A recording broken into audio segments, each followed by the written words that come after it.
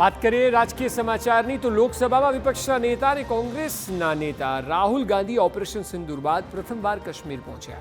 અહીં તેઓએ સરહદી વિસ્તારમાં રહેતા લોકોની મુલાકાત લીધી અને તેઓને થયેલા નુકસાનનો ચિતાર મેળવ્યો। પીડિતોની સાથે વાતચીત કરીને તમામની સમસ્યાને જાણવાનો પ્રયાસ કર્યો। જો તેઓની આ મુલાકાત રિપોર્ટમાં।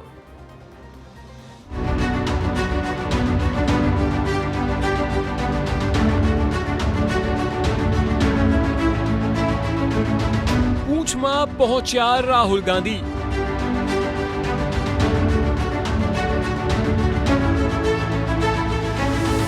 સરહદી વિસ્તારોની લીધી મુલાકાત।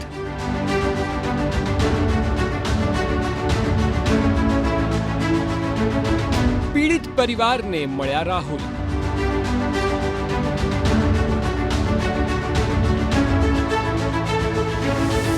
સાંભળી દર્દની કહાની। લોકસભામાં વિપક્ષના નેતા રાહુલ ગાંધી શનિવારે સરહદી જિલ્લા પૂંછમાં પહોંચ્યા હતા અને ઓપરેશન સિંદૂર બાદ તેઓની કાશ્મીરની આ પહેલી મુલાકાત છે અને એટલે જ સૌ કોઈનું ધ્યાન તેઓના કાર્યક્રમ પર હતું। જો કે તેઓએ પાકિસ્તાનના ગોળીબારમાં માર્યા ગયેલા લોકોના સ્વજનો સાથે મુલાકાત કરી અને તેઓને સાંત્વના પાઠવી હતી। રાહુલ ગાંધી ગોળીબારથી પ્રભાવિત લોકોની વ્યથા પણ સાંભળી રહ્યા હતા।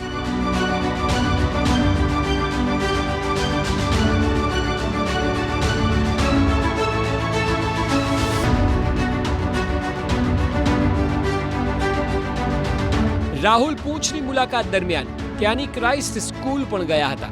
સોશિયલ મીડિયામાં લોકોએ સવાલ કર્યા કે તેઓ ક્રાઇસ્ટ સ્કૂલ કેમ ગયા, જેના જવાબના ભાગરૂપે કોંગ્રેસે કહ્યું કે આ શાળાના 3 વિદ્યાર્થીઓ અને તેમાંથી 2 જુડવા ભાઈ બહેન ઉર્બા ફાતિમા અને જૈન અલી પાકિસ્તાનની ગોળીબારીમાં માર્યા ગયા હતા। આ લોકોની સાથે ભણતા તમામ વિદ્યાર્થીઓ પરેશાન હતા। તમામ બાળકો હજી પણ વ્યથિત છે અને એટલે રાહુલ ગાંધી તુરંત એ બાળકોને મળવા પહોંચ્યા અને તેઓને સહાનુભૂતિ સાથે તેઓનો આત્મવિશ્વાસ પણ વધાર્યો હતો। मेरा नाम मिसबा फिरदौस है। आज हमारे स्कूल में राहुल गांधी जी आए थे। हमारे स्कूल के 2 बच्चे शहीद हो गए थे। क्राई स्कूल पुंछ में राहुल गांधी आए थे। 3 बच्चे शहीद हुए थे, जोया, जियान और विवान।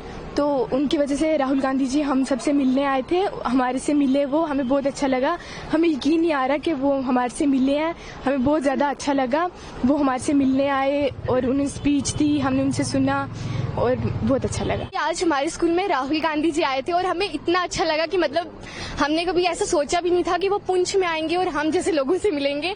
और हमारे पुंछ में अभी जो रिसेंटली जो ऐसे हादसा हुआ है, मतलब उसमें 3 बच्चे जो थे हमारे स्कूल के वो शहीद हो गए। मतलब उनके लिए हमें बहुत बुरा लगा और हमें कभी ऐसा लगा नहीं था कि राहुल गांधी जी हमारे पास इधर आएंगे, हमसे मिलेंगे, बातचीत करेंगे।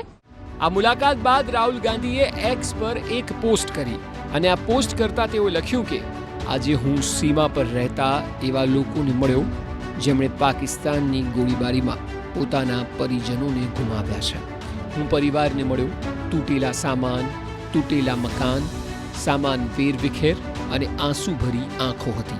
આ સાથે પ્રિયજનોને ગુમાવ્યાની દાસ્તાન પણ હતી। તેમના હૌસલાને સલામ છે।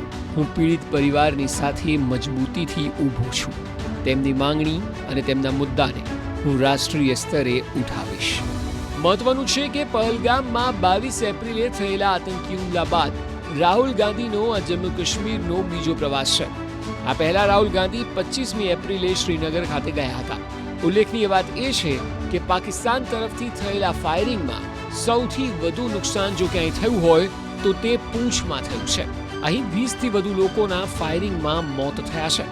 અનેક ઘર તૂટી ગયા છે અને એટલે જ રાહુલ ગાંધીએ પૂંછની મુલાકાત પર પૂરેપૂરું ધ્યાન કેન્દ્રિત કર્યું હતું। Bureau report, TV9।